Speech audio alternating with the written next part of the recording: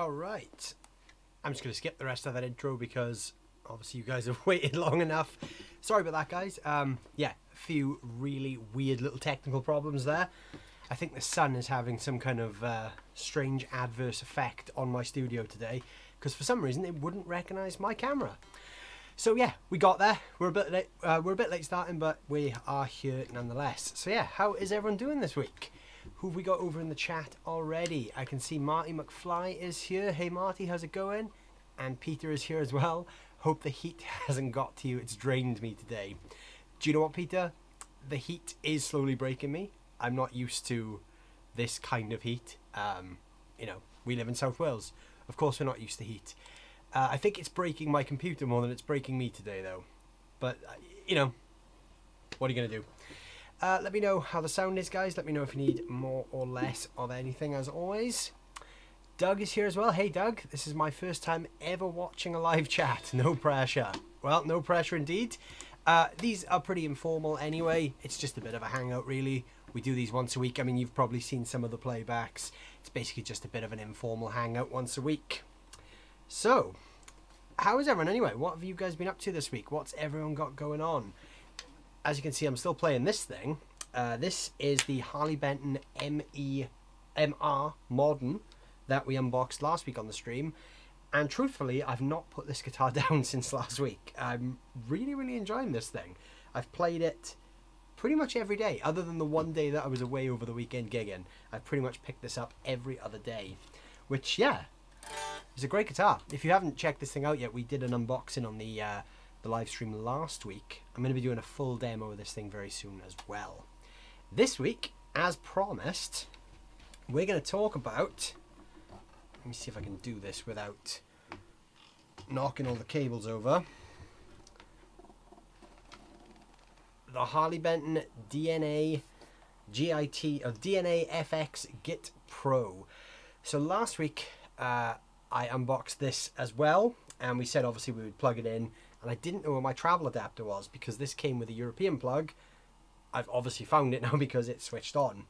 So this is Harley Benton's kind of take on the, you know, the Helix, the head rush kind of thing. It's an all-in-one amp simulator, multi-effects, whatever you want to call it. It's all of those things in one package. So we're going to check out a few different sounds from this thing today. I can share my screen and show you guys the editor software as well. And yeah, if there's any tones you guys want to hear from this thing, we can try and dial them in live as well. I'm going to be doing a full-length demo video on this as well at some point. But obviously today, let's have a bit of fun with it. If you guys want to hear any of the particular models or any, you know, different sounds that this thing can do, we'll wing it. We'll dial them in live and see where it takes us. So yeah, there's that. We'll be talking about that in a little bit. Do you know what? I haven't actually, other than making sure it works just by strumming a chord, I've not actually tested it yet. So I don't know what the capabilities are of this thing yet. I literally wanted to explore it on the stream with you guys today. So yeah, we'll have some fun with that as well. So let me just boot up the editor. I did have it already booted up, but then I had to restart my computer to get my my camera to work again. So we talked a little bit about this thing last week, and I showed you guys on the Harley Benton website what it is. Picture slightly out of focus. Let me check. How's that? It's all in focus this end. Let me know if that's any better. Maybe try refresh the stream. Sometimes YouTube automatically unfocuses things when it's struggling to buffer. So yeah, last week we pulled up the Harley Benton website like this, and we had a quick look at what this unit is. So this is where I'm going to kind of throw it over to you guys and see if there's anything specific you want to hear from it on the live stream. I'm going to have a play about as well and see what we can dial in. So this thing, as I said, is basically an amp modeler, multi-effects, all in one. So there's a bunch of different things in here. We've got, this doesn't really give you a comprehensive list, but obviously I'll show you on the editor what is actually inside. So we've got a bunch of different amp models. This just says a wide selection. There's quite a few in there. I did have a quick look in the editor earlier, and there's quite a lot for us to choose from with different IR speaker cabinets. And then we've got all the usual things: compressor, EQ, we've got wah, harmonizer, overdrive distortion, chorus flanger, phaser, rotary tremolo, reverb, delay, and noise suppressor, all of which there are multiple models for each thing as well. So yeah, anything you guys want to know about that, let me know and we'll check it out. So first impressions of the unit in terms of construction, it seems pretty good. Obviously, like I said, I've not really heard the thing yet. We're going to do that together. But feel-wise, it feels pretty robust. There's a lot of connectivity here. So on the back, you can see there's a lot of stuff going on. So what I've got is I've got it going out of the XLR. You can run it in stereo. Obviously, I've just got it going in mono today. And I'm just going in. But we've got a lot going on here. So you can run it in stereo. It's got MIDI function. It's got a USB function, which I'm just using for the editor, but you could use the USB function as an interface as well, which is quite cool. We've got stereo jack outs. We've got a send with a dual sort of a stereo return. So I think a stereo send might have been a nice addition. So you could kind of run either a stereo pedal in and out or two loops, but this has a mono send and a stereo return. Pedal 2 I think is for an expression pedal, and amp control is quite a cool feature. So if you're using this with a guitar amp, you can actually send signals from this to change your amp's channel as well, which is quite a nice feature. It's got an aux in as well for, you know, if you're playing backing tracks, and a headphone out. So it's a pretty you know, pretty feature rich piece of kit, considering it comes in at like, what did we say last week? It was like £240, 250. It's very, very affordable considering what it does. 245, so right in the middle of what I guessed. So yeah, really, really affordable. Does a lot. Will it gent? It probably will. Most things can gent if you know how to do that. I'm probably not the best demonstrator of gent, but we'll find out. How's the pitch tracking for harmonizer stuff? That is something I'm... Excuse that. That was my computer recognizing that I plugged this thing in. I'm hoping the pitch tracking is pretty good. Obviously, it's based on the Helix Headrush kind of architecture, so I'd assume it's got reasonably good pitch tracking. We'll have a look at that as well. So I'm just waiting for the editor to load up, and then we can have a look at it. The default patch that loads up is a USA 59 bass, which I'm guessing is a Fender Bassman, with, what is that model? It's got a clean boost in front of it. So that's quite a cool.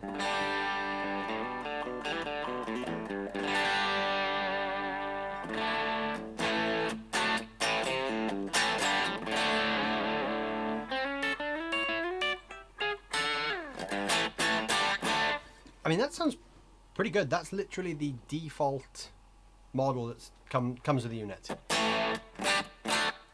Let me know if that's loud enough, because I can send a bit more volume of that your way as well.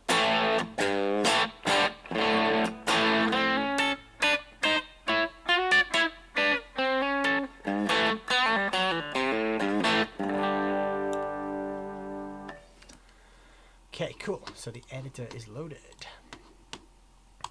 Okay, so let me just move this slightly higher up so you can see it. Okay, so this is the editor for the unit. So this is where we're gonna get our tweak on and come up with a bunch of stuff. So this actually comes with a ton of different presets already loaded. There's 30. No, actually, there's more than 36 banks. There's a lot of banks actually. There's way more banks than the Helix. 64 banks, and each bank has 4 presets. So on top of the unit there are 4 foot switches, so obviously you can assign a preset to each one, and I think you can also run this in like a stomp box mode as well, so you could have one patch with 4 different stomp box options. At the moment it's just set up in preset mode, so if I was to press one of the other foot switches, literally just change the preset that I've got loaded. So what you heard then was the US 59 bass.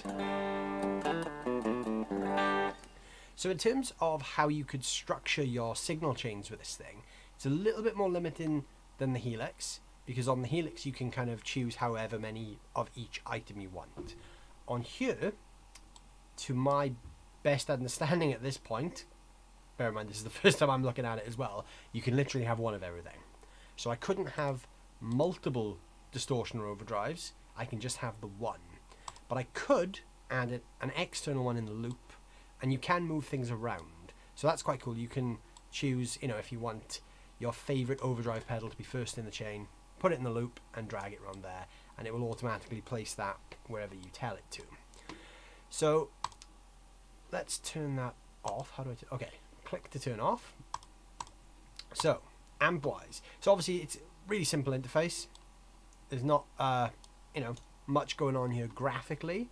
It's as simple as it needs to be. So here are all the amps that you've got a choice of. So I mean, that might be quite small on your screen because it's quite small and I'm looking at it on a big screen.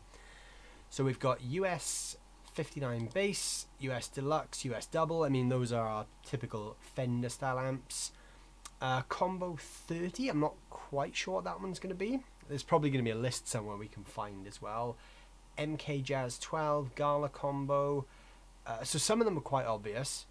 So single star is probably going to be the Mesa Boogie Lone Star. My guess would be that.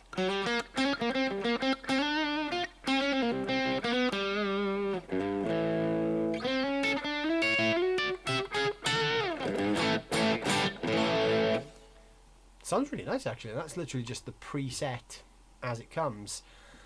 Citrus is going to be orange, so we can have like an orange. And what we could do obviously is change the cab type to suit what we're doing as well. Oh, so actually it defaults there's I changed the amp to a Citrus 100 and it automatically went to a Citrus 412. We can change tube type as well. That's pretty cool. We won't go too far into that rabbit hole just yet though. So let's find an amp first. Arkeen, I'm guessing that's going to be the PRS Archon.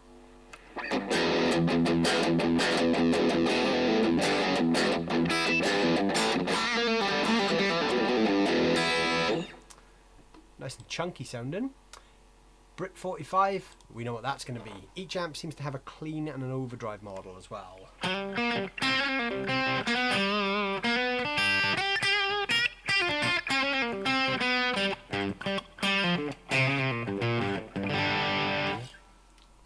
Nice, I like that. Brit Plexi, Brit 800, Brit 900, Brit 410, preamp. There's a lot going on here actually. Freeman, or Freeman as it's called. Freeman 100 overdrive.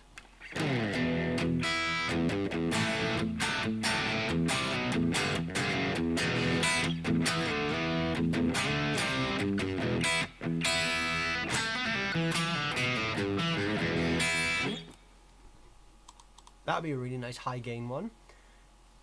H&K Mark II, that'd be a Hughes and Kettner of some sort. 5153, I think we know what that one is. That's going to be our high gain PV 5150.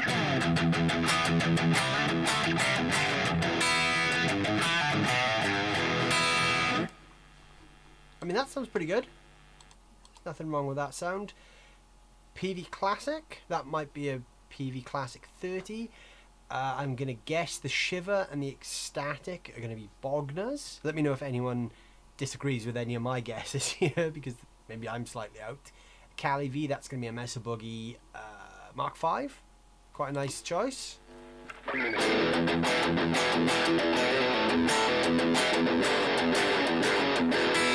That's obviously the Master of Puppets style amp. I think Metallica used the Mark II.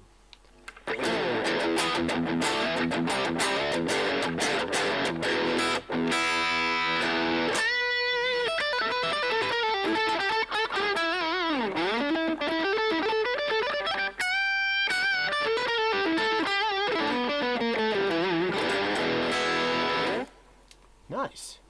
I'm into that. Soldier 100, that's probably a Soldano. We've got Cali Rectifier.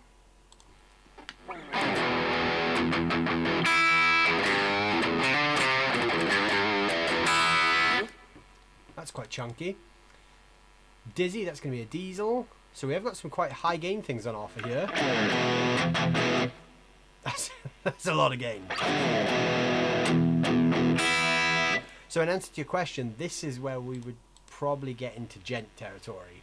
So let's scoop some mids, see if we can gent with P90 sized humbuckers. Guessing the answer is no.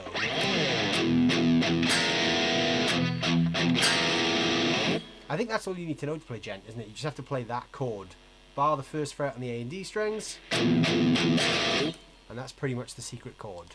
That's my knowledge of the genre there, by the way. And the Physicist, I'm not sure what that one's going to be.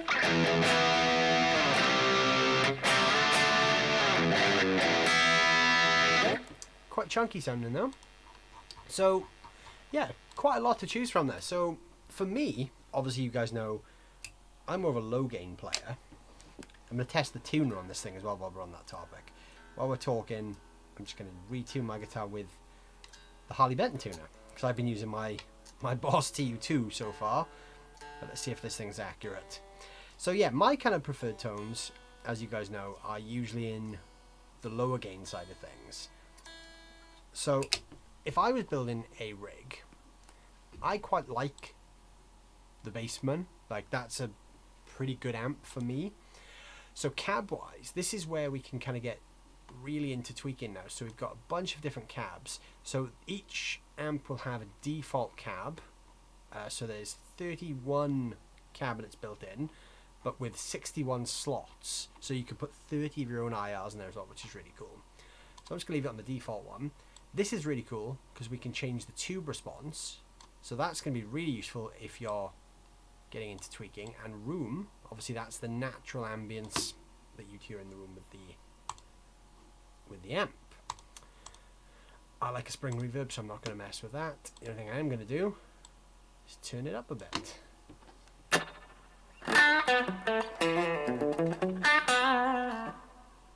Bit less.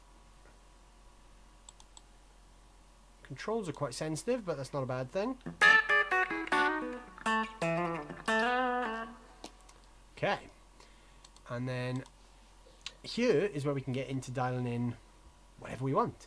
So we've got clean boost, tube boost, screamer, BK drive, black mouse, that's going to be a rat, MT zone is going to be the metal zone, Tommy drive is probably going to be a Timmy, BB drive is probably going to be a blues breaker, or is it the exotic BB drive?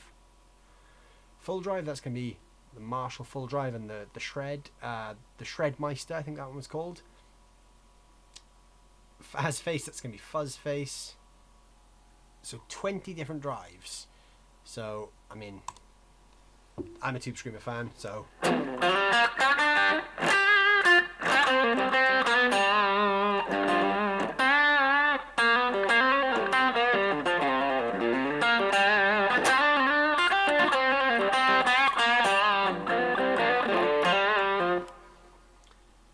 I'm not even really tweaking this thing. I'm just literally clicking things and getting sounds out that are pretty good. So what do you guys want to hear? Any sounds in there in particular? Vote there for the MT2. Let's hear that thing then. You don't tend to plug the metal zone into a Fender Bassman, but what the hell.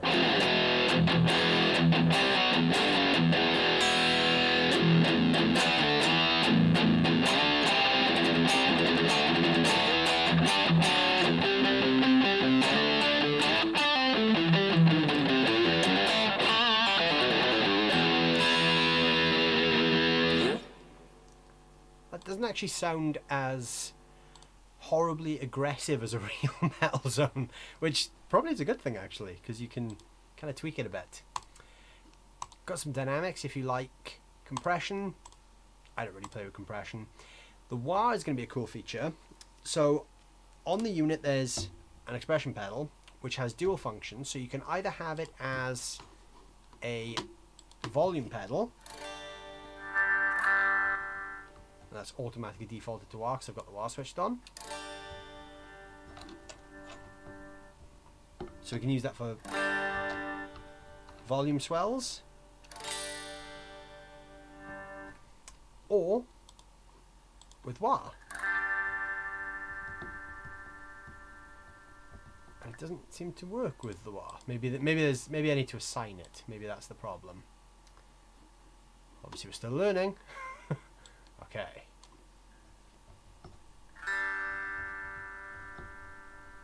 Okay, so I can't figure that out right now, but this is quite cool because you can see that you can actually really go to town on what you can assign the expression pedal to, which is really cool. So you can actually use it for gains, you can use it for different effects levels, reverbs, delays. So it's more than just a wah basically, which is cool. But there are a bunch of different wahs in there. So we do have an auto wah as well, which is always useful.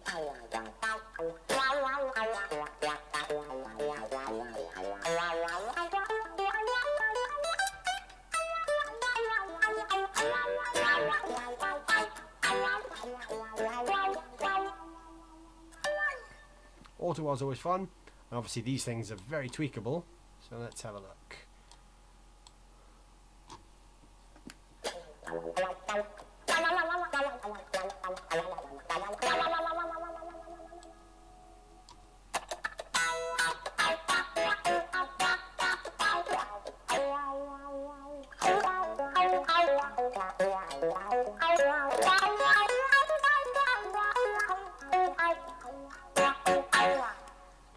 Nice. So yeah, any effects you guys want to hear, let me know and we'll dial them in as well.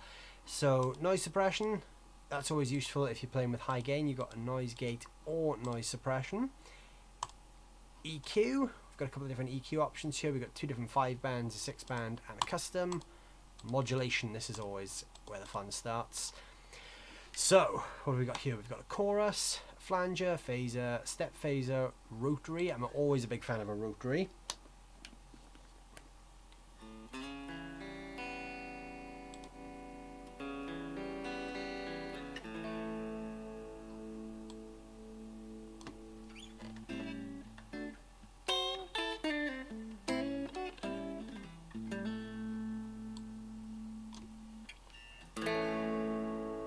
Very subtle rotary.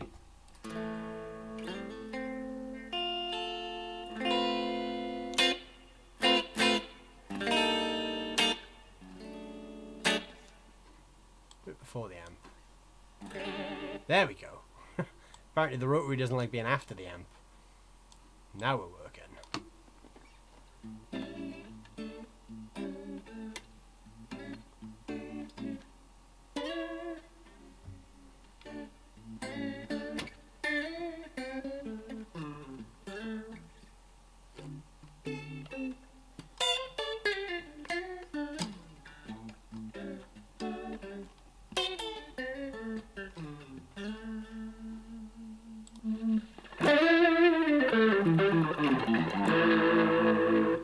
It's quite a nice rotary actually. Got it set quite extreme there obviously, but we could get a bit subtler, and you could even experiment with where in the chain it is to obviously determine how it's going to function. So before drive it's not very responsive, but after drive it's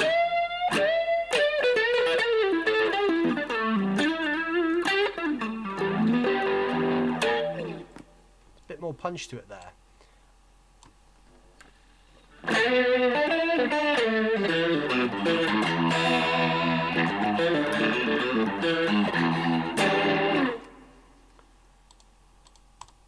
So what else have we got? Vibrato, tremolo, detune, lo-fi and mono pitch. Okay, so there was some questions about the pitch shifting.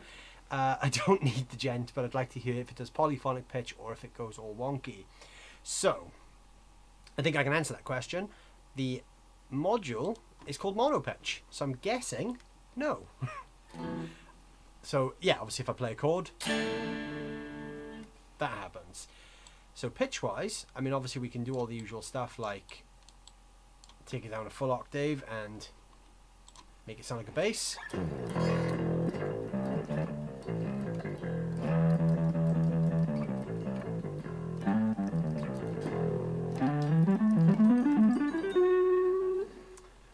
But it's not monophonic, or polyphonic, sorry, it's monophonic.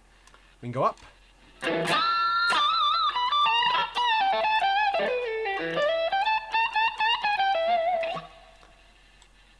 I always think with these kind of things, the mix control is really key.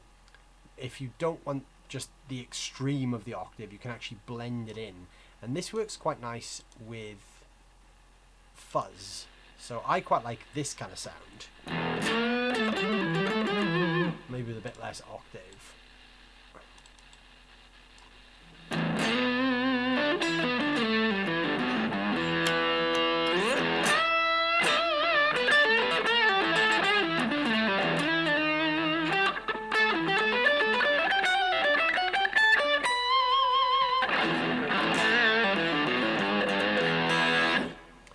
So as long as you're not going too crazy with the chords while using that pitch shifter, you know, as soon as you play chords, you're in trouble. But if you just want a good pitch shifter that will work for single notes, absolutely fine. Chorus, what do we got here? Very 80s, I like it.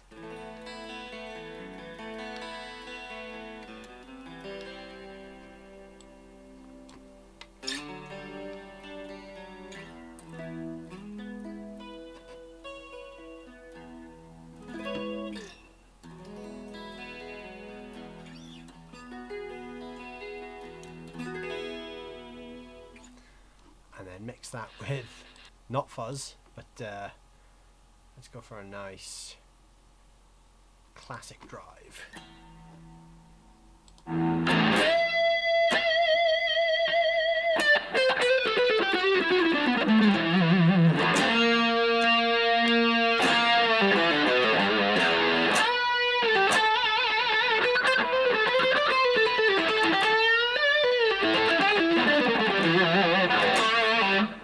That's very 80s, isn't it? I love that. I got a lot of time for that kind of tone. Crunch overdrive. So there's quite a few different overdrives on here. I mean, classic drive is probably quite a good one. It's quite a nice kind of Marshall-y sounding drive. Let's use that noise suppressor as well to get rid of a bit of that buzz. So obviously you've got some classics on there in terms of crunch, like the Tube Screamer. I mean, an 808 Screamer. Tube Screamer is pretty good for crunch. You can't really get better than a Tube Screamer, I think. They're not the highest gain.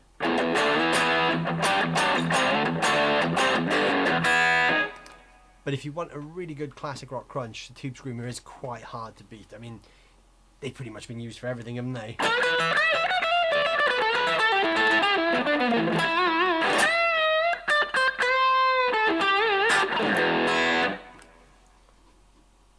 What else have we got though? So depends what kind of crunch you want, but I'm guessing if you want like a classic crunch, that's probably going to be a good bet. Tube Boost is another pretty classic one. That'll be a pedal called a Chandler Tube driver.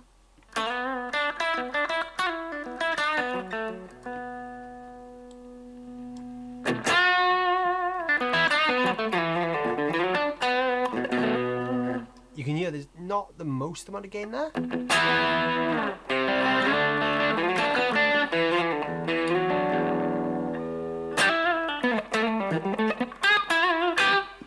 That was kind of designed more, so let's say we're using like a Marshall Plexi, right? Let's say we're using a Plexi amp and we've got this kind of sound. Classic kind of Plexi, maybe a bit less gain, bit more mid.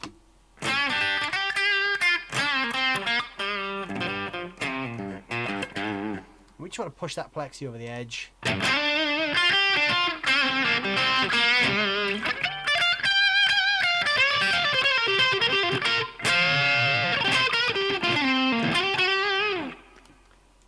Works great for that kind of thing. So yeah, a couple of cool little crunch overdrives in there. What is the ring mod for? The ring mod, where did you see that? Oh, there's more. Sorry, there is a poly pitch. I didn't scroll down. I just stopped at 10. There is a poly pitch. Okay, that changes everything. So let's hear the poly pitch sounds. So mix up full, octave down, not very polyphonic. Maybe we're being a bit too extreme there. Let's just take the guitar down a semitone.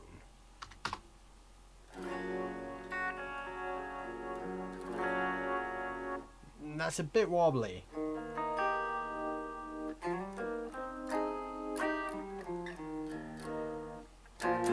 Maybe if you're playing power chords you could get away with it.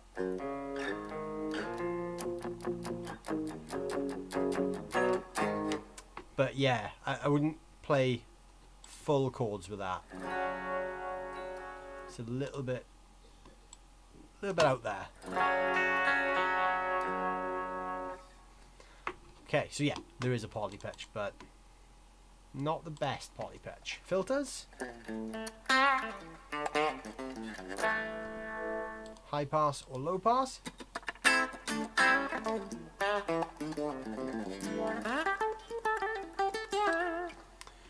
But yeah, where did you see the ring mod? I can't see that one. But a ring modulator really is just designed to annoy people. I don't really think it has much of a use beyond annoying people. It's just one of those kind of things. Did I miss it? We got detune. That will be kind of like a heavy chorus, I guess. How much can we go down by? 100 cents. There we go. That's kind of like a ring mod. It's just something that sounds really nasty and really awful. These lo-fi ones are always interesting because you can kind of, they're like bit crushers. And again, it's one of those effects that you might use once for something, but when would you use this tone in every gig?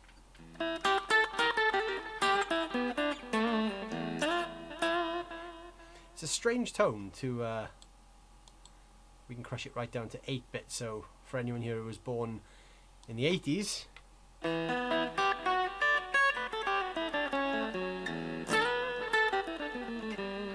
you'll be very familiar with 8-bit sound. And obviously we can change where the sample is. Obviously the lower you do it, the more you get into that kind of classic video game sound. You can crush it all the way down to 1-bit if you want. Wow, okay. That's that's an interesting sound.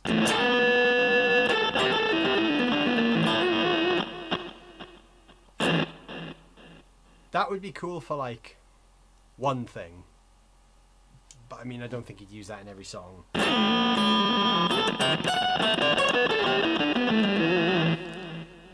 That's a very interesting one. 16-bit is the highest we can go.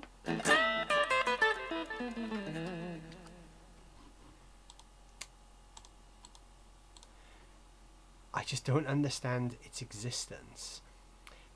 It's, yeah, I mean, why does a ring modulator exist?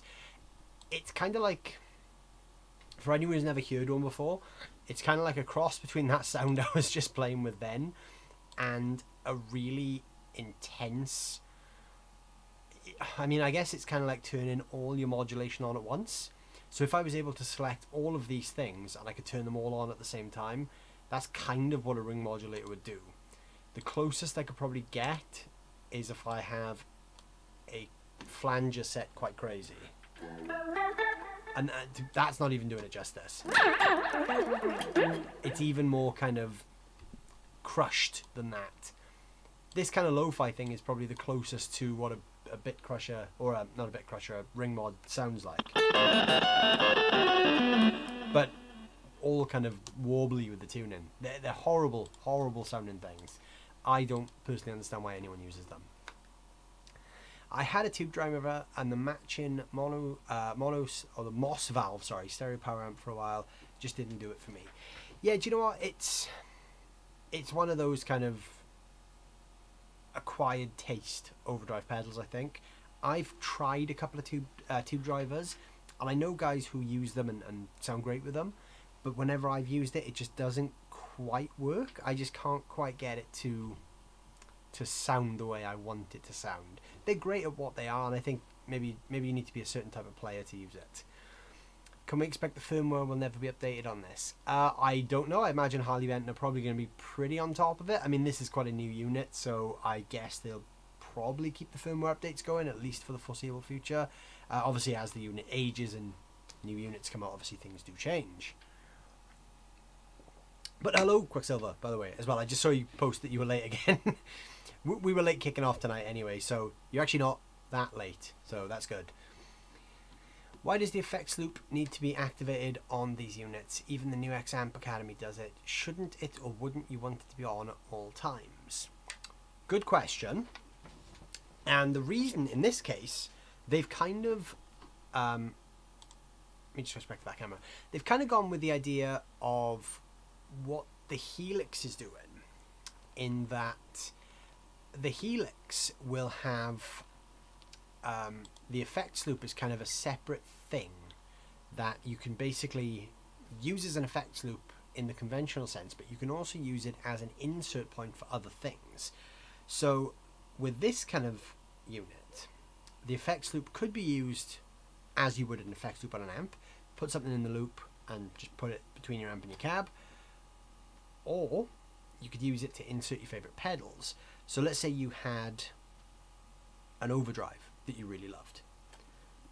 You could use this multi-effect with that overdrive, put that overdrive in the loop, and then this effects loop you can actually put anywhere in the chain. So if you had like you know, a tube screamer that sounded better than the tube screamer that's built into this, put it in the loop, put it where you want it, and then when you turn it on, all it will then do is it'll just insert whatever goes into the loop at that point.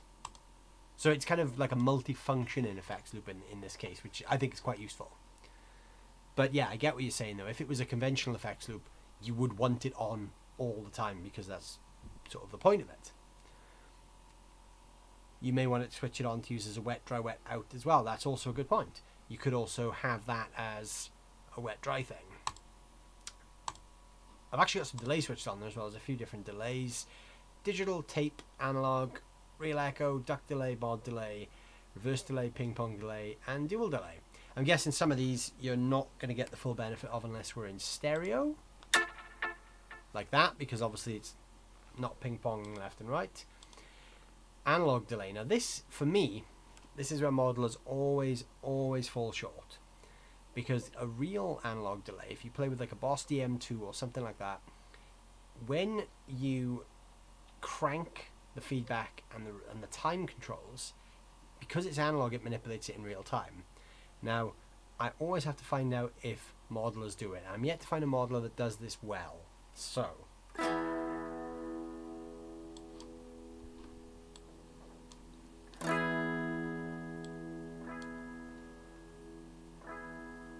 what that should do now is go into self-oscillation.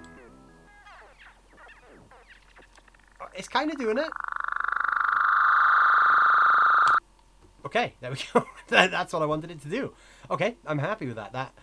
I like that as a thing that analog delays do. Again, it's not a sound you use all the time, but when you want an analog delay to go a bit crazy, that's what you want. So okay, I'm impressed that Harley Benton have factored that in.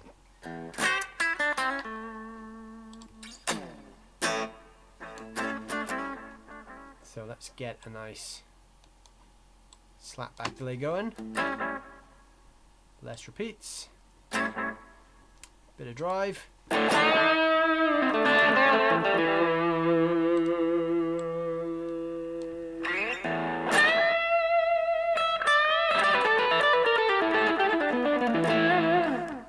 That's cool. That sounds pretty good. And reverbs. We've got a few different reverbs as well. We've got room, hall, plate, spring. All the usual ones. Church, modulate, and cave. So they've actually gone for some bigger ambient reverbs on this thing. Let's go clean.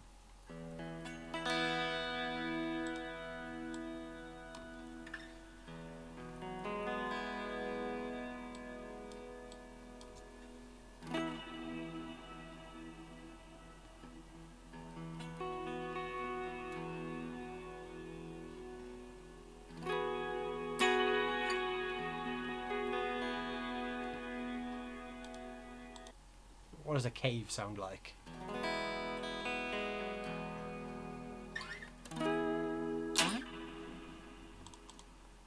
So I actually just had it on the spring earlier, which I quite liked. It's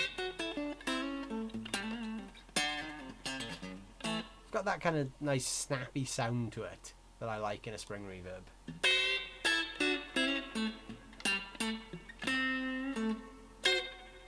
Kind of does that drip thing.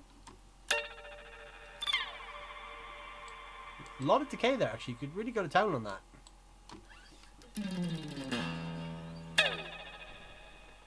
Not quite surf reverb ready, but it's pretty good. Plate's quite nice. Room.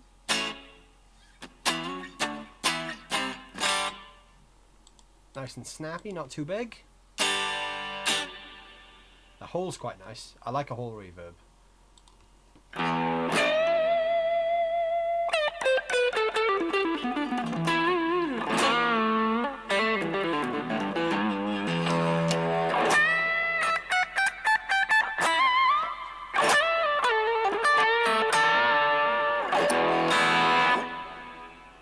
Nice.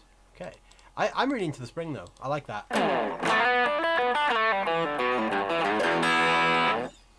I like spring reverbs because I have a spring reverb, and I think that's where I get that from.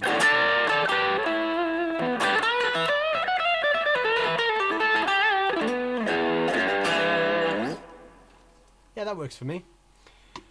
So yeah, that's a pretty fun unit actually. There's a lot of cool sounds in there. So that is literally just straight out the box, clicking a few buttons. Does a lot of good stuff. What do you guys think? I quite like some of those sounds. I'm actually looking forward to having a bit of a deep dive into this thing and actually really kind of seeing what it can do and yeah, what I can dial in. Really useful actually. The only thing I'm gutted about, but kind of expected, is that the poly pitch isn't super great with the tracking. Maybe there's a way to calibrate it. So obviously I'm going to spend some time with this and really dial it in before I actually do my full-length demo. But out the box, that's pretty good. For £249, that is, well, £245, that's a pretty good kind of substitution for something like a Helix. I'm going to have to gig test this thing at some point, I think, just to see what it's like. Because there's a lot of usable stuff in there, and I think I could have a lot of fun with that. If I could get that pitch in to track a little bit better, I would probably take that out, and because I do use a pitch shifter for some songs live. So if I could get the pitch to track really well in this thing, I would probably take that out for some gigs and you know, just see what it's like and how it holds up. How's the interface on the pedal itself? So that's a good question. I haven't really tried it out properly yet. So let me try and show you. So I'm going to try and do this on camera for the first time. So this, obviously, for the price, it's not a touchscreen, as you can imagine.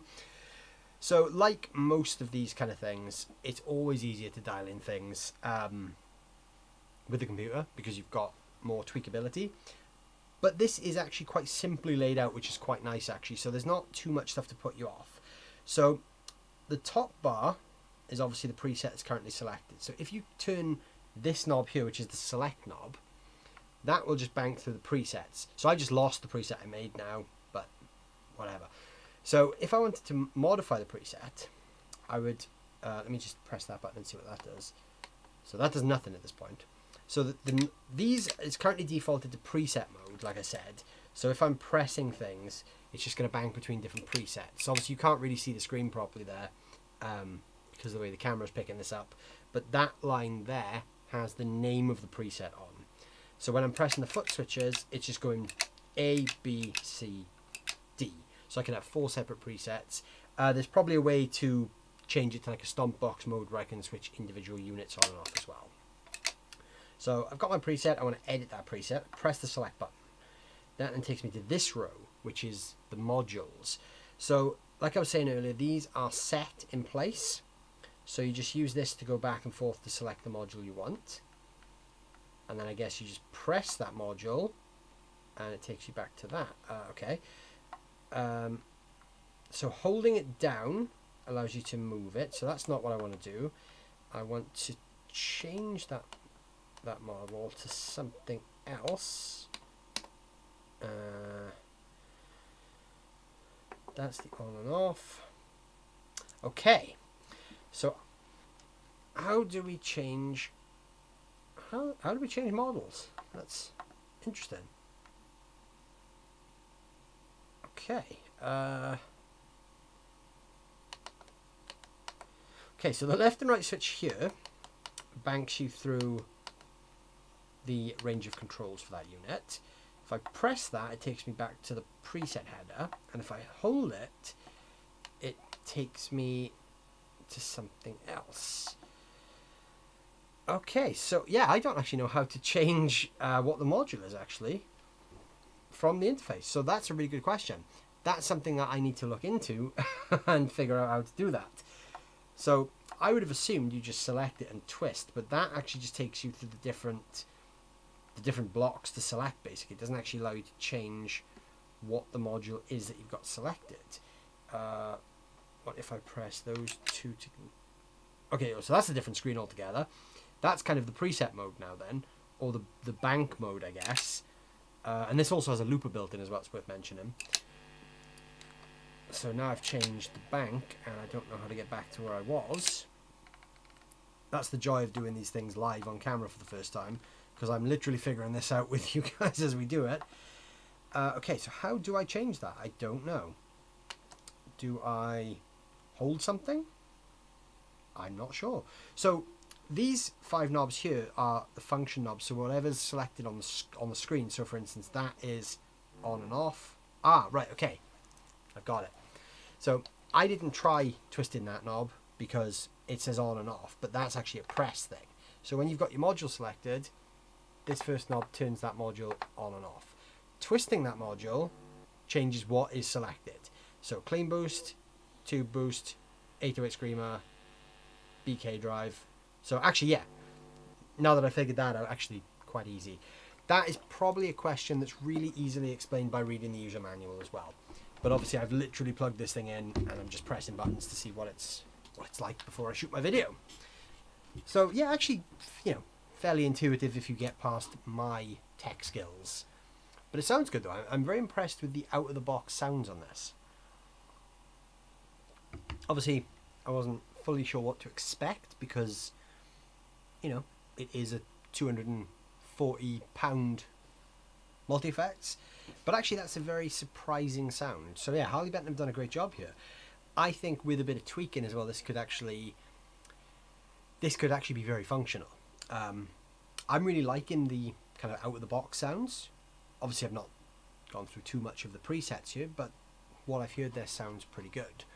So I reckon we check out some presets. So over here, all these presets are built into the unit as well. So on the interface, we've got all the different presets in here. So they've kind of just dialed in different ones for each amp. This is a really good way to kind of get a taste to find out what works for you. So we've got the first kind of 16 or first 15 blocks of 4 are kind of dedicated to specific amps. So that's quite useful. And then from there on, it goes into more specific sounds. So there's actually a few kind of famous tone hints there as well, which we'll have a look at in a moment.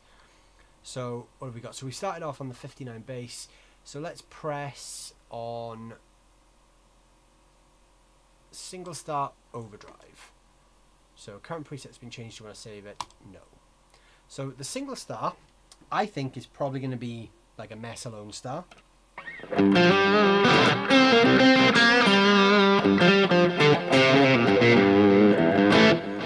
Now obviously they've added different effects and stuff to the patch as well that they think is relevant for it.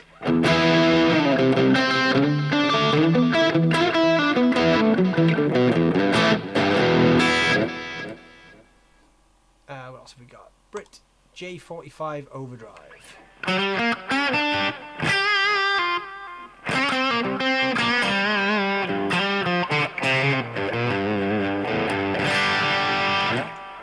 It's quite a nice martially sound. I don't like the delay being on there.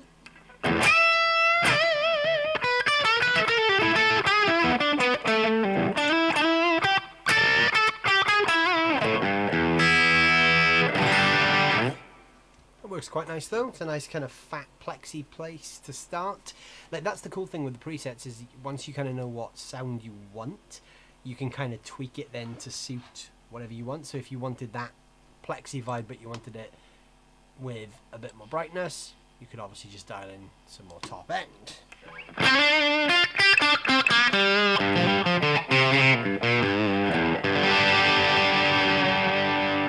It's quite loud.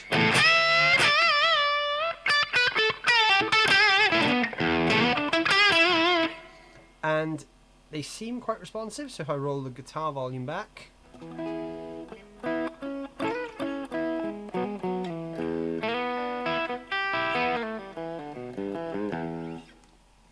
cleans up, you know, fairly well. Brit 900 DS.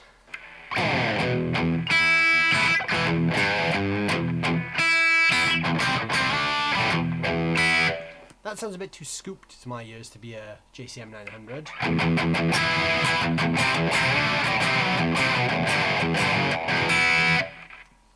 But again, there's potential there. You could easily tweak that.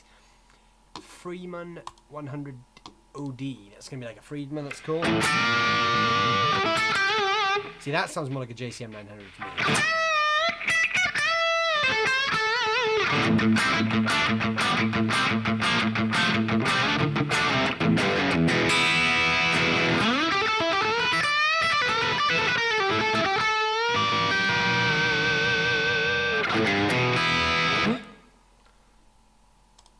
H&K Mark II.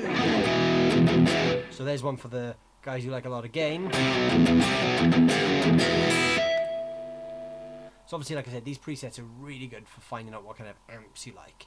The Ecstatic, I think, is a Bogner Ecstasy.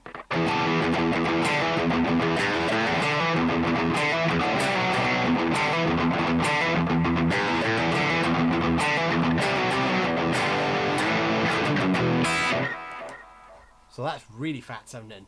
I've actually heard a Bogner Ecstasy up close and personal. I was tracking an album with a band a few years ago, and the other guitar player had one, and it is the most insane amp because you set the gain on 1 and it's already way too much gain. So those things can really go. So what's really cool here is, as well as the amp specific ones, so like if you want to try out a Diesel VH4, you can pick the Dizzy V4 high gain.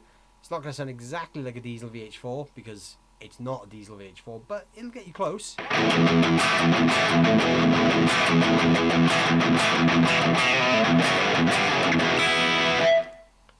Fairly convincing. Again, I've not played a real VH4, but I've heard a bunch of them, and I have shot a video on the VH Micro, which is based on channel 3 of the VH4, and it kind of does sound a little bit like that.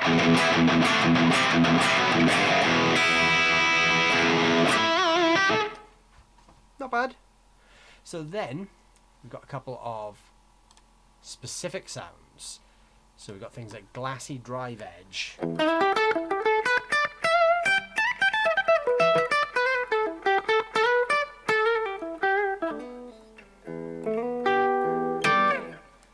Or we've got Jazz Room.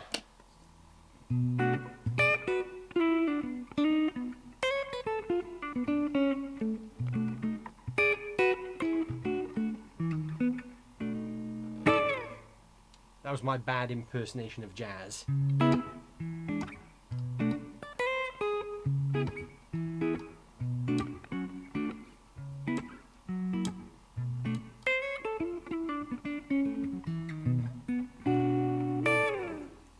Never much of a jazz player. What else have we got here? Super Fuzz with 3 Zs.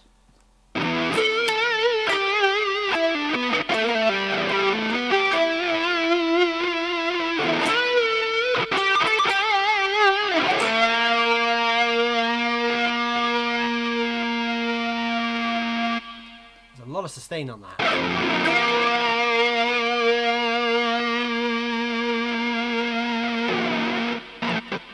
The noise gate is cutting it out a little bit there, but that's actually very sustaining.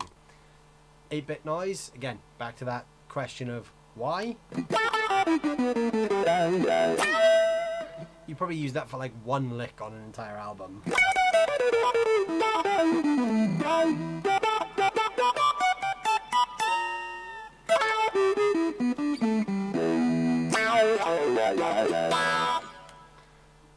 '59 bass breakup.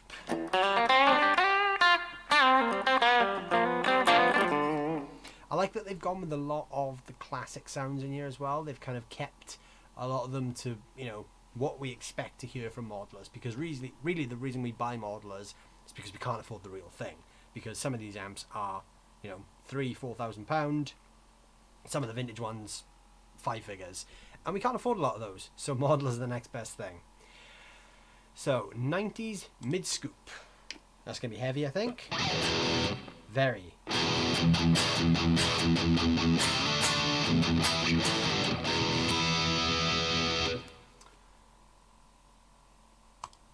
Sweet Home Solo, Sweet Home Alabama.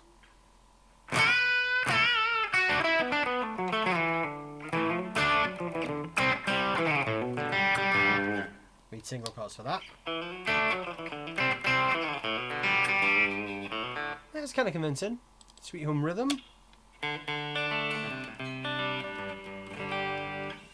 Definitely need a strap for that one, I think.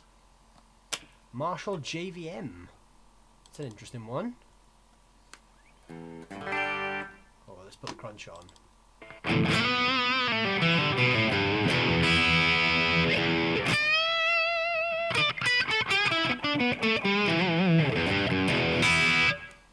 I definitely think that sometimes when people are dialing in presets for these kind of things, they always go too heavy with the low end, because you probably wouldn't use that much low end if you were dialing in an amp live.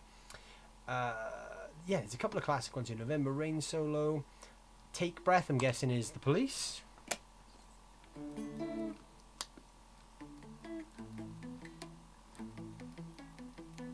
Yeah, it's that kind of sound. It's not the loudest patch, but obviously you could adjust that. So yeah, there's tons of stuff in that. Obviously I'm not going to go through all of these right now because there's a lot of them. But yeah, that's really interesting. A lot of cool sounds there. Considering the price of the unit, I'm very, very impressed. So what do you guys think? Anyone hear anything they quite like in there? What's the feeling in the room? Anyone hear anything they didn't like, or anything that they thought could have been done better? Because that's always an interesting consideration with modelers, is how close they get to the actual thing. I think some of the modelers out there do get quite close. This one, obviously I've literally not shot it out against anything, so it's hard to say, but the sounds are good. I'm actually really impressed with how easy that was to actually get some good sounds out. I think this would be a really cool thing to take to a couple of gigs as a small rig or as a backup rig, or even just a multi-effects unit on its own. There's a lot of cool potential about what you could do with this kind of thing. So yeah, I'm really impressed by that actually. Yeah, the DNA FX Git Pro from Harley Benton. So that's going to make a really fun video. Obviously in the full-length video I shoot, it's going to be much more in depth. I'm going to go through more. Obviously I'm not just going to be winging it and pressing buttons and hoping to get a good sound out. We'll actually spend a bit of time and deep dive into some tones there. But yeah, first impressions though are very, very good. I like that they've added a lot of presets, because there's something in there then for everyone to kind of get going with. It's really easy to find one or two tones that you quite like, and then you can tweak them. Because that's how I started a model, is I would find one or two things that kind of worked for me, and then I would just tweak them to make them fit what I think that amp or that combination of things should sound like. And then you've got a good platform then to build on. Or you can just literally go in, pick a blank patch or blank slot, and away you go. But yeah, a lot of fun. I'm really into that. So yeah, that's going to be coming up at some point in the next few weeks when I sit down and shoot it. And as for this as well, this will also be getting its own video very soon, because this thing, yeah, this has really blown me away. I know we talked about this last week, but after a week of playing this guitar, it's still impressing me. So yeah, for the price, again, Harley Benton, you guys are doing some amazing stuff at the moment. So I'm really into this. That's what I did with the MG30 by NUX, but then I realised I guess I don't need the rest of it, so I sold it. Yeah, I get what you mean there, because I'm kind of the same with multi-effects. I have a love-hate thing with multi-effects pedals, because there's a lot of things that a multi-effects pedal does that I don't need it to do. For me, multi-effects have always been something I use at home when I'm practicing, or when I'm like recording music, especially because I can access a bunch of different sounds that I maybe don't own the actual gear of, which is incredibly useful. But 9 times out of 10 for live use, I would always prefer to pick my favorite 5 or 6 pedals and pair it with an amp, because I don't need to know that I can do all these extra things, because I don't need them for that gig. But I have recently, as I've mentioned a few times on the channel, been using my HX Stomp XL for live work, purely because we're not using amps live at the moment. We're just going straight to the PA system. It's a godsend then, even though it does way more than I'd ever need it to. It is very functional for the situation I'm in. But I totally get what you're saying there when you say you don't need the rest of it, because there's probably 90% of the things the HX Stomp does I don't need, and I will never need.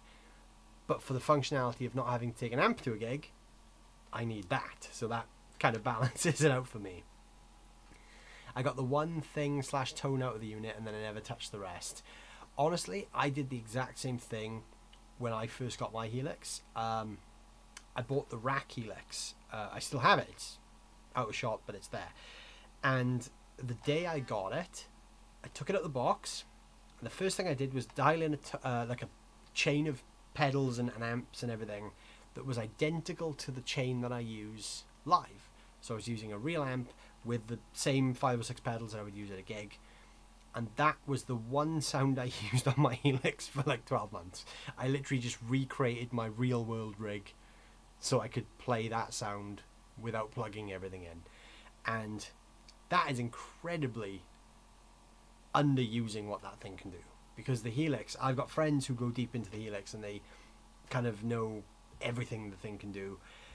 I am very much a one signal path kind of guy. Everything in front of the amp, job done. I've never really been someone to worry about parallel signal chains or effects loops or anything like that. It's just start to finish, guitar, effects, amp, out. That always works for me. That's actually why I quite like this thing, actually, because this is kind of based around that idea that it just goes straight through, and there's no fussing, there's no worrying about different chains or really in-depth editing. It's pretty simple. Pick what you want, put it in the order you want it in, and away you go. And I like that kind of approach to dialing in tone.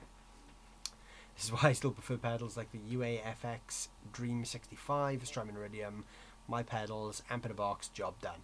Yeah, that's a theory that I very much subscribe to as well. I'm a big fan of amp in the box pedals. I like modelers and I like what they allow you to do, but I do like an amp in a box pedal as well, because I find that something that does 2 or 3 things really well is often better than something that does like 50 things okay. I would rather have 1 really good sound or 2 really good sounds from an amp in a box pedal.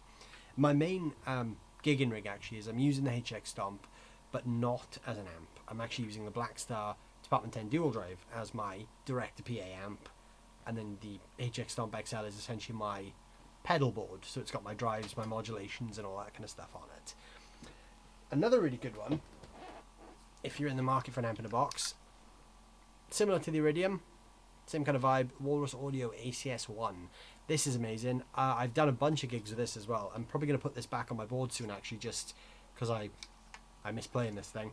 And this is like a Fender, Marshall, and Vox amp in a box with like 2 different cabs per amp. I think there's 6 cabs you can choose from in total. You can mix and match, but there's 2. Each amp has 2 voiced for that amp. 3 amps. You know, what more do you need? Job done. It's the sort of the 3 kind of key sounds you need: a Marshall, a Vox, or a Fender. You don't really need much more than that unless you're playing metal. Apparently, though, that Dream 65 is incredible. I was speaking to someone the other day that picked one up, and he said it's game changing. I haven't heard one in real life yet, but based on everyone's feedback, I definitely want to. I think I'd like it. The Iridium as well, great. Again, I've not played in Iridium, but I know a bunch of people who do play them, and they very much enjoy them. So I just think the technology these days is coming on so great that it's quite hard to buy something now that isn't very good. I think we're kind of in in a golden age for gear at the moment where, and this is also a bad thing because everything is good at the moment. You can spend, you know, £240 on this new Harley Benton multi-effects and it sounds great. And then you can go and spend £400 on this and this sounds great. And then you can go and spend £1,000 on the Helix and that sounds great. And I think we're in this weird loop at the moment where just everything is really good. I rarely see products coming through for the channel that I don't like anymore. In fact, I haven't actually seen anything that I've not loved for a long time, because just the consistency between all these companies now is just so good.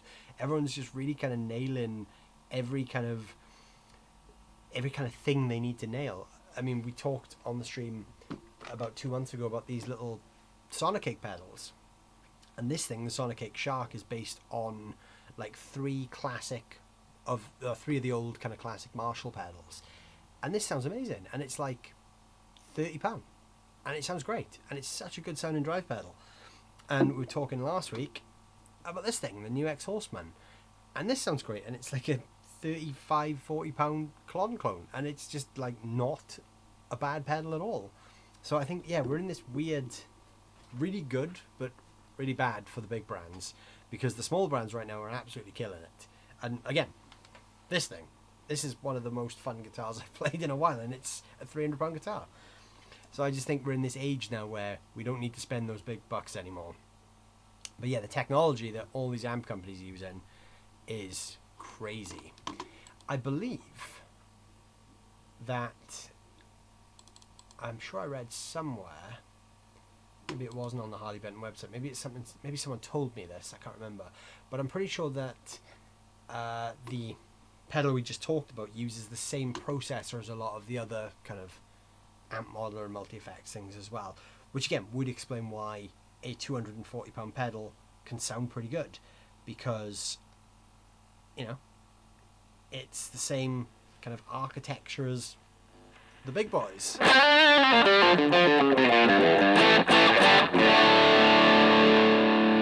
Like that, just as a core tone, that's literally a model of a bassman and a tube screamer in front and a noise gate on, and that sounds pretty good.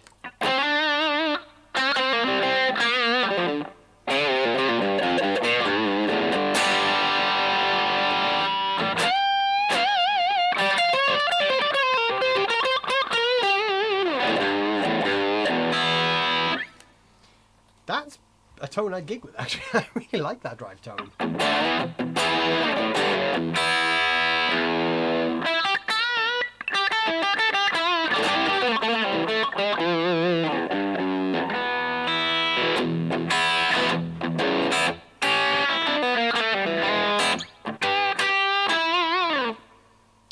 That works for me as a tone.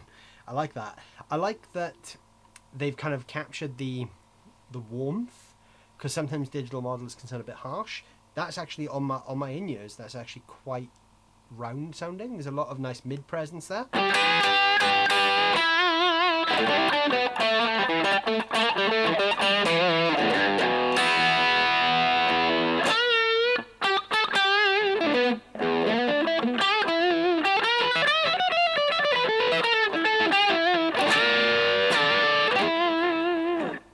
And it kind of feels quite spongy too, like an amp would. It's not super dynamic, like it is responsive to pick attack, but it's not as dynamic as other modelers. But again, for the price, you can't expect every part of the detail there, can you? I think that's, for what it is, it's dynamic enough.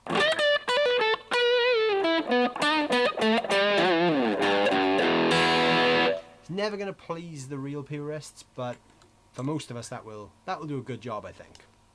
For someone who's looking for a bunch of tones without spending a ton of cash, that's a really good option.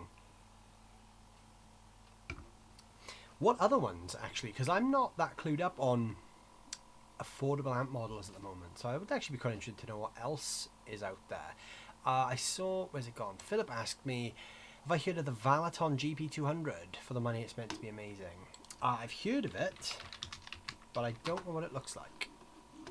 So let's have a look. Okay, I can see what they've taken their influence from. So that's definitely inspired by the new Line 6 Pod Go, as you can see here.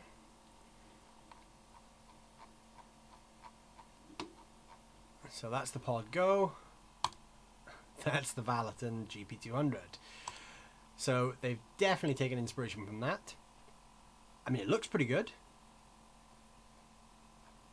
It's got all of the same things you'd want. It's got, obviously we can see here's a couple of different amp models. We've got like a little tweed thing, a Mesa Boogie, there's a Soldano, there's a Dr. Z, got a Timmy Overdrive, Blues Overdrive, Blues Breaker, the Governor. I mean, yeah, these are things that we'd expect from a multi-effects. Does that actually light up? That's really cool. Optical sensor technology. I hope it actually does that. I hope that's not just a marketing graphic, because that is the sort of thing that would make me buy something, because I like lights. To be honest, yeah, this doesn't look too dissimilar to the DNA effects. It's got more foot switches, obviously, because it's a bit more of that Pod Go kind of thing. But yeah, I mean, that's probably a great unit. Nice interface for editing on the computer. I like that it's got the graphics for each of the pedals, and that's quite nice. The fact that it blows the pedal up so you can manipulate everything there. That's a really nice touch. Lots of connectivity, always good. Yeah, I think that would be 70 plus amp sims. That would be a good choice for the money, which I saw as like $299 new, and you seem to be able to pick them up used for about $250, $260. I think that would be a really good option. I think that if you were going to look for an affordable multi-effects, that would definitely be a contender of some sort. Valaton and Hotone are owned by the same parent company, aren't they? So I'd expect the Ampero and the Valenton to have similar algorithms. That's a good point. What does the Ampero 2 look like? Let's have a look. So the Ampero is slightly smaller. But yeah, you're right though. I think they are owned by the same people. If not owned by the same people, at least made in the same factory. So they're probably using a lot of the same resources. In fact, this, actually, that looks a lot like this thing. Same layout, screen in the middle, two big knobs either side. I've got 5 kind of central control knobs, and this has 3, 4-foot switches and a small expression. But yeah, I wouldn't be surprised though if this is definitely by the same people. I mean, a lot of these things are. A lot of these kind of affordable like products are made by usually the same companies. There's a lot of these parent companies that have multiple brands, like guys like NewX, they subcontract for other lines as well. So it's not an uncommon thing. So they probably do all sound pretty similar. If you were to buy them all and shoot them out, you'd probably be quite hard pressed to find major differences between how they work. I have the Pod Go and a G3XN. Love them both, but find the Pod Go generally lacks a little presence for some reason. Interesting. I tried one of the Zoom G series. I didn't like it. It was the smallest one though. But I have heard the G3XN is really good. I haven't actually tried that one. Pod Go I haven't tried. I've not heard that it lacks presence. The people I know that have tried it have seemed to have generally liked it. So obviously I can't really comment too much there. My experience of Line 6 is more on the Helix side. So again, I don't really know how the Pod Go compares to the Helix or the kind of mini iterations of the Helix, but you could always maybe add a treble boost to the chain. That might fix the problem. I think the Ampero 2 is the only affordable multi-effects that can do 2 amps at the same time. Oh, really? Okay, that's really cool. that is interesting. How much is the Ampero 2?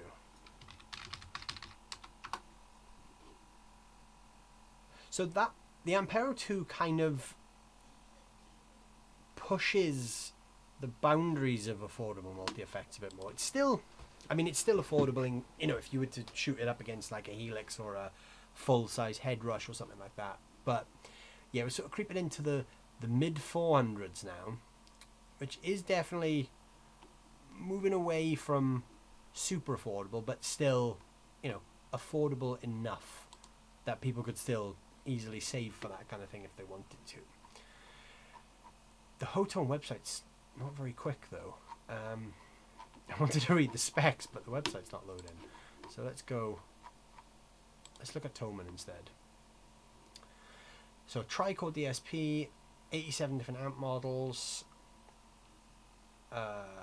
Why is no one pushing the fact that it can do 2? If it can do 2 of them, why is no one using that as a selling feature? Because that is obviously typically something that the bigger modeling companies have really leaned into, like your Helixes and your head rushes, and they can do the dual amp thing. I think the head rush can anyway, but the Helix can, and I think the new Boss one can. So for them to not mention the fact that this can do 2, that seems like a bit of an oversight in terms of advertising there. No one seems to be mentioning it though. The Hotone 2 star, no one is mentioning the dual capabilities. That's interesting. Cool if it does that, and if that is the only one in that price range that does that, that is a really cool feature. I think that'll, you know, if people know about that, it would be a big selling point. I'm still wrestling with buying the UAFX Dream 65 or 2 Nux or NUX amp academies for the same price. The thing with the UAFX is it also does stereo out. Tough. That's a tough one. Yeah, what would you do there? So the Dream 65, you can run in stereo. I don't know what the routing is, obviously. I don't know whether it would be the same sound but just in stereo, or whether you'd be able to kind of get 2 different sounds out. The good thing, I suppose, if we think outside the box a bit here, if you were to buy the UAFX 65, they're so in demand at the moment that you wouldn't have any problem selling it if you didn't get on with it. So that would be a bit of a positive. You may lose a couple of quid on the resale value, but you wouldn't have any trouble selling it if you didn't get on with it. And then you could buy the amp academies. But yeah, no, I see your predicament. Again, to throw another spanner in the works, this is kind of the same deal. Obviously, there's 3 different amps in this. What this does is this actually has a stereo out and a stereo in. And on this, what's really cool with this is you can actually send different amps out with the stereo outs. You can either have 1 amp running in stereo with 2 different cab sounds, or you can have 2 different amps running out in stereo with a cab sound each. So again, same kind of potential routing that you could get with the 2 amp academies there. But yeah, it all comes down to budget, functionality, and all that stuff as well. I think the price of the Dream 65 might be slightly cheaper than the ACS one. 339, only marginally. The ACS one is about 399, so it's only marginally cheaper. But yeah, it's the ACS one. I can never figure out how to set up the 2 amps. Yeah, I've not tried the 2 amp setup myself. I've only ever used it as a single amp thing. I haven't actually shot my video on that yet, but when I do, I will be talking about that in the video. But I need to read up on how to do that myself. Perfecto's here. Hey Perfecto, how's it going? Good to see you. Loving that HB guitar. I'm tempted. You should. This is a great Harley Benton. I've literally played this thing every day this week since it arrived. Well, actually arrived 2 weeks ago, and I actually let it sit in a box for a week because I was away on the road gigging. And because I wanted to unbox it live last week to kind of dispel some of the questions about how these things actually play out the box. And anyone who was on the live stream last week will have literally seen me pretty much lose my mind of how good this thing was out the box. I've only actually retuned it once as well this week, and I've played it a lot. Some of the best fretwork I've ever seen on a Benton. But yeah, literally out the box, this thing was just fantastic. I'm really into this guitar. The new X does mono, so we'd need 2 to run a stereo setup, and that would be €400, and the UAFX is €400 as well. Also runs in stereo out the box. There's so many choices. There are just so many choices and not enough money, because they're all good as well. I think that's the thing. All of these products work. They all sound good. They're all very functional. They're all kind of pretty close in terms of sound. I mean, what else would fit into that ballpark? You've got, like you said, the Strymon Iridium. I don't know if that runs in stereo, but that would also do the same kind of thing. I mean, I like the New X stuff. I haven't tried the Amp Academy, but I'm a big fan of the stuff that New X are putting out. So I would assume the Amp Academy is pretty good, based on, you know, all the other stuff of theirs that I've tried. I mean, I don't need to tell you that. You're already a fan of the brand anyway, so I don't need to tell you that they make good stuff, because you are pretty much a New X guy. Doug Phillips, I'm really enjoying the live stream and learning a bit while I pretend to work. Well, thank you, Doug. It's good to see you here as well. I think pretending to work is the best way to work, because people think you're busy, but you're really enjoying yourself, and I think that's important.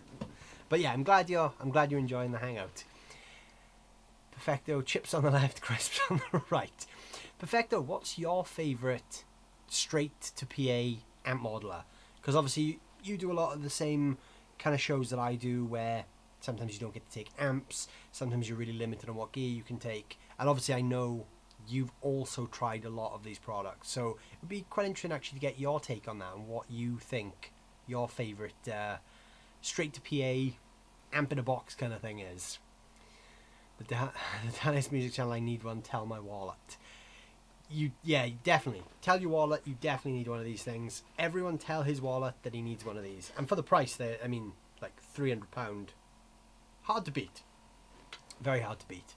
Obviously, shipping, depending on where you are in the world, is where the price could creep up a bit. But if you're in Europe, it's pretty cheap to ship.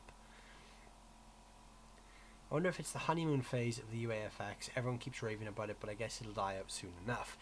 I mean, yeah, it's like anything, isn't it? It's like any time a company bring a new product out, it's the product for a while. It's like the thing that everyone loves and everyone kind of gravitates towards. And then the hype kind of dies down, and the people that really love the product still use it, and then other people don't use it. People kind of get fed up.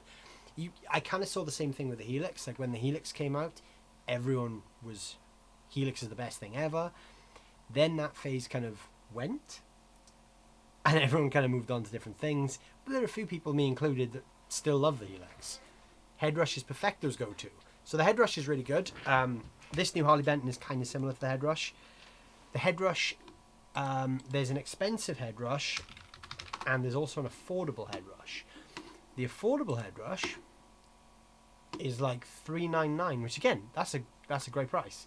The big one is just under $1,000, but if you need just something with a few tones, the Headrush MX5. I know a few people who actually use this live as well. A few of the guys I play with in bands, actually they don't use the MX5. There's another one actually in between. The gig board, sorry, that's the one that I've heard in action. That sounds great. That is $499. So slightly more expensive, but again, still in the pretty reasonable price range. But the Headrush now have a new one, the MX5, which is about £100 cheaper. Again, that's fantastic for people who want something very, very compact. And I believe that's probably, yeah, it is, yeah, it's touch display as well. So that's why there's not really many buttons on it, because all this is touchscreen, which is really cool for tweaking live, because you can just poke the unit and it will do things. So yeah, Headrush is good. I've heard a bunch of people use the Headrush, and yeah, they always sound great. I hear great things about the Headrush. Yeah, they definitely sound good. I've not sat down and really played one too much. I have tried them, but not to any kind of real extent where I've gotten to sit down and tweak. But like I said, some of the guys I play in bands with do use the head rush, and I hear them every night on my in-ears, and they sound great. So my kind of impression of the head rush is a very good one. Enjoyed the Valaton, the HB, and the new X5 use too. The Ampero 2 I use more as a desktop plug-and-play processor. The MX5 expression pedal is the best. Have you tried, I'm guessing when you say HB, you're on about this thing, because this is what we've been talking about tonight. This has actually really impressed me out of the box. I didn't really know what to expect, but yeah, I mean, very, very impressive for the money. The only thing I didn't like was the poly pitch didn't track as well as I hoped. It didn't really feel that polyphonic to me. But other than that, everything else I've quickly dialed in and sounded pretty good. Not really tested the expression pedal on this. It doesn't have the most travel. So how that would function as a wah, I don't know. It feels quite like it's quite rigid and it doesn't really move that much. But again, if it's literally just a case of getting you through a gig, you know, it will work. It will do the job we need it to do. But yeah, the MX5 expression pedal is the best. I'm not surprised by that because obviously Headrush have put a lot more time into making sure that's spot on. That's the one I have a video publishing soon. Me too. Well, I haven't shot the video yet, but it will be fairly soon on the exact same thing. So yeah, it's a pretty good pedal. I think for the money, they've done a good job. My mate is an old Boss ME50. Wow, the ME50. That thing, the big blue one. I remember the ME50. That was really cool. The ME50 sounds great. It was kind of like one of the, I don't know if it was really designed as like a premium multi-effect, but I remember it wasn't that cheap when it came out. And it was just kind of like all the Boss pedals in one. I don't think it had amp sims on it, but there was one that followed it, which was I think the ME80, I want to say. And that had amp sims, if my memory served me correct. But the ME50 was the big blue one, and it had like 3 stomp boxes. It had like a drive section, a modulation, and a reverb section, and a expression pedal. Just the one I'm thinking of. But yeah, they sounded cool. Belongs in the skip. They do look kind of retro. Boss kind of went with this like 80s aesthetic for them, but I think that's quite cool. I like 80s stuff. How's it sounding with the Callies? All good. Yes, Levon. It's sounding fantastic for the Callies. Those new Callies are amazing. The Callies, for anyone who doesn't know what I'm referring to, are studio monitors. You guys can't see them because they're literally out of shot here. They're speakers by a company called Cali Audio, and they're based in the US, and the speakers I'm using are called LP6s. I've got the second wave editions, and they're incredibly affordable. I think they retail at like just over £300 for a pair, and honestly they're such good monitor speakers. Before I got these ones from Cali, I was using some quite old M Audio speakers, but they sounded great. They were these digital speakers that M Audio made in like the early 2000s that were, they're called the DSM-3, and they're massive, these big 3-way speakers. Each one was about like, it was 2 6.5-inch drivers and a tweeter in the middle. Massive speakers. They were digital. They had like digital converters in them, but they sounded great, and they sounded really fat, really full. And I'd used them for so long that I kind of got used to the sound of them, so I really enjoyed them. And when they were new, I didn't buy them new, I bought them off someone. But when they were new, they used to retail for like £1,500 a set. They were really expensive speakers, and I bought them for like a couple £100 a few years ago. But when these things came, the LP6s, it's just a game changer.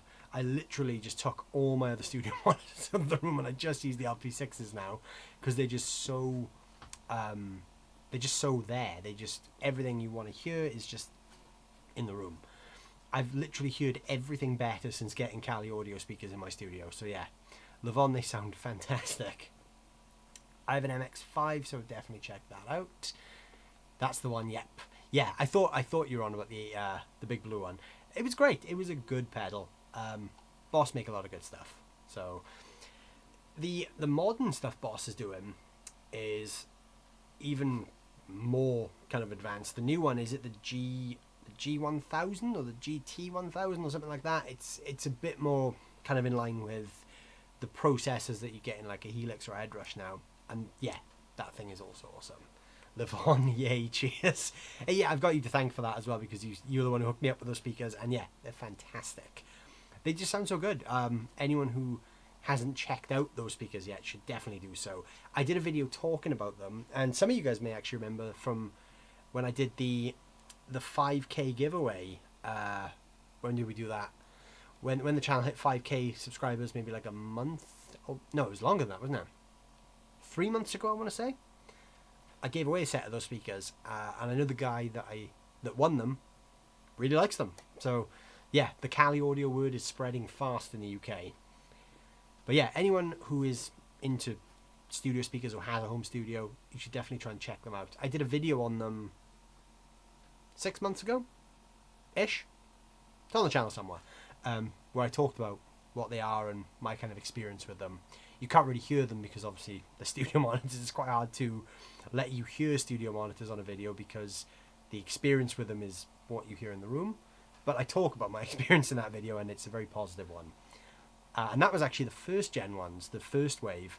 I've now got the second wave ones, which are just even better. There's like an extra kind of 15% of something. I don't know what they've done, but it's something, and it sounds good. The Dallas Music Channel. Oh no, Cali LP6 or the new Harley Benton guitar. Now we're into the detail, aren't we? Now we're going down the rabbit hole of what to spend the money on. That is a tough one. So it depends how much you need a cool looking guitar like this, or how much you need new studio monitors. Both are kind of essential. I mean, this plays great, but it's aesthetically cool as well, and obviously we're guitar players, we always wanted to look cool, that's why we're guitar players. But new studio monitors does make a big difference as well, especially if you're doing a lot with, you know, writing, recording, making videos. Like, that's the big thing that I found with when I got the LP6s. It actually had a knock-on effect for the audio quality for the videos that I put on the channel, because I could hear everything just clearer. It was giving me a much clearer picture of what I was doing with EQs, and obviously then the sounds I was hearing with gear in the room was translating much better to what you guys were watching on the channel. So that obviously made a huge difference to me. So for me, the Calis ended up being an essential part of my rig. So yeah, that's a tough one though. I'd hate to have to pick between studio monitors and a guitar. Both are essential. Is there any way you can convince your wallet that both need to happen? Because you might need both. You might definitely need to get one of these guitars though.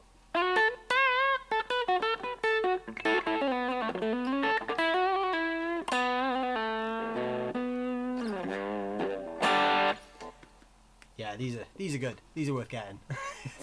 £300 well spent.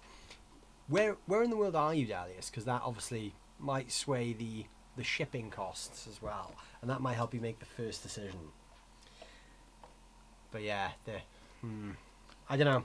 I'm stuck on that one, sorry.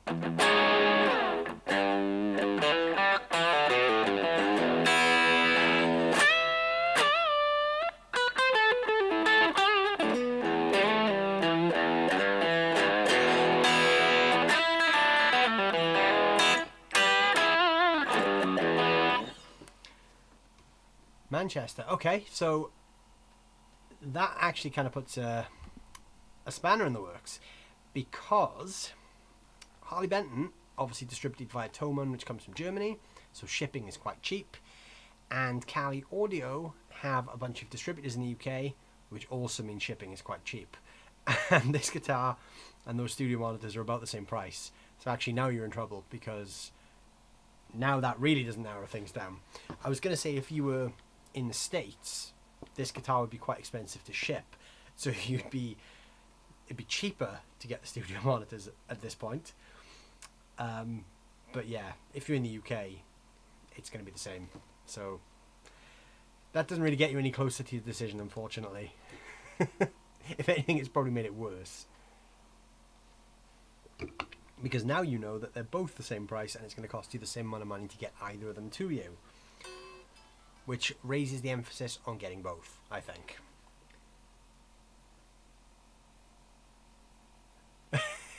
Not to make this about Callie. You're allowed to, Levon. You're allowed to. I got a really cheap Harley Benton Strat HSS. I was stunned how good the humbucker in the bridge is. They are insanely good value for money. I really, they always surprise me. And I think the longer time goes on, the better they get. I mean, I talked a lot last year about the Harley Benton Fusion 3, which is this kind of dark pinky thing there. And that's a HSS Super Strat kind of guitar. And I actually liked it so much, I've actually taken it out and gigged it. And it's like a £300 guitar. It sounds great. It plays great. Roasted maple neck. It's got stainless steel frets. It's basically their take on the Charvel DK24. A lot of model numbers to remember. It's basically a Charvel copy, and it's honestly, like, for the money, it's insane. I've taken it out and gigged, as I said, and I really like it. And this thing out the box is just even better. Just the fretwork is fantastic. The action was spot on out the box. It sounded great. I've literally done nothing to this since I took it out the box on last week's live stream, other than tune it.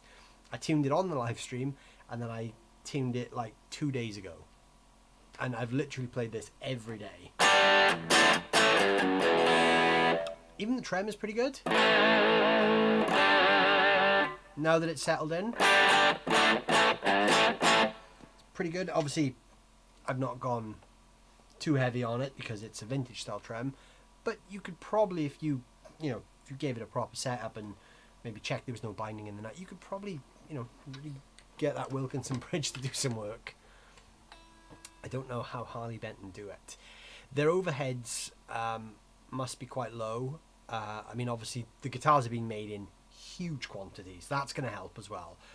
Thomann they're not just buying like 100 of them, they're buying thousands of them at a time. So I'd actually really love to see the Thomann warehouse where they keep all the Harley Bentons, because I imagine the place is absolutely massive, because they sell like crazy. I mean, people buy them left, right and centre.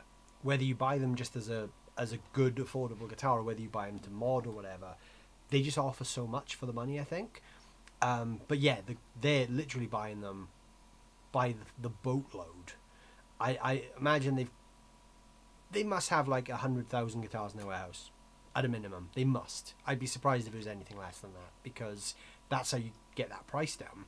You buy in huge quantities, the supplier sells it to you for cheaper, and then the other thing is Thomann Thomann are the distributor, so there's no one in the middle taking a cut, so they can literally pass on the savings to us as the consumers.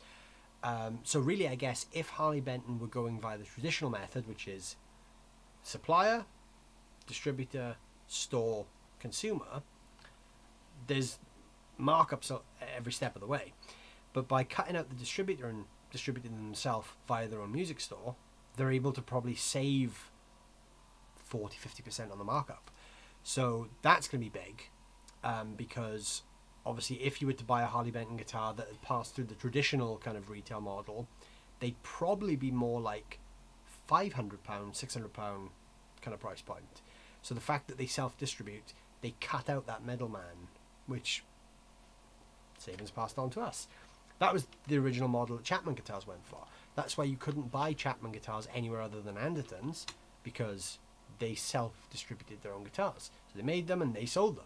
So it kind of saves that additional profit then, or it saves that additional cost that the distributor would add on, because then they can pass the savings directly on to the people buying them. There's an aerial view of Thomann on YouTube. It's really big. I can imagine it's massive. I'd love to visit at some point, but yeah, I can imagine it's absolutely monstrous. I imagine that warehouse is crazy. I wonder if they have like a separate bit where they just keep all the Harley Benton stock, because I bet there's a lot of it. I bet there's a hell of a lot. I might ask the question actually next time I speak to to my friend at Harley Benton. I might actually ask him how many guitars do you keep in stock, just out of curiosity for the size on the place. I imagine it's like 6 figures though, easily. And they're shipping them within like 2 days, so they're keeping things in stock. So if you order one, it's out the door, you know. I think within like 3 days of agreeing that I was going to do a video on this guitar, it was in a box in my living room. So their distribution network is just constantly switched on, which is really cool. So yeah, that was fun. That was a bit of an overview tonight on the new Harley Benton multi-effects. We've gone very Harley Benton heavy at the moment. Maybe we'll come up with a new topic next week, because we've had 2 pretty full-on Benton weeks. But yeah, I'll put up a post in the next few days and see what you guys want to chat about next week on the live stream. But yeah, that was fun. Thank you guys for hanging out. It's been a good, fun... I was going to say 2 hours, but it hasn't actually been a full 2 hours tonight because of my technical problems at the start. But we got there in the end. Hopefully next week it's a bit less glitchy. My camera should work next week properly anyway, but yeah. That would be a great day out. Yeah, I agree. That would be a really cool day out. Just walking around looking at the sheer amount of stuff. But yeah, thank you guys as always. Thanks to everyone for hanging out right up till the end. It's been good fun. Hope you've enjoyed some of the sounds from the unit. Obviously, I'm going to be shooting a full-length demo on this thing in the next couple of weeks. So if there are any sounds you'd like to see me explore as part of the demo, let me know as well. Throw those in the comments, and I'll include some of those sounds in the final video that I make as well. So yeah, I'll see you guys next Wednesday at the same time. There's some links down below in the description. Go give those a click, share some stuff around, click some things, follow me on socials and all that stuff. Let's just keep in touch. We'll geek out about gear as always. And yeah, go click some stuff, tell your friends, and hit that thumbs up button as well, so the magical YouTube algorithm can find more of these videos. Thank you guys as always for being part of this. I'll see you guys next week. Have a great week.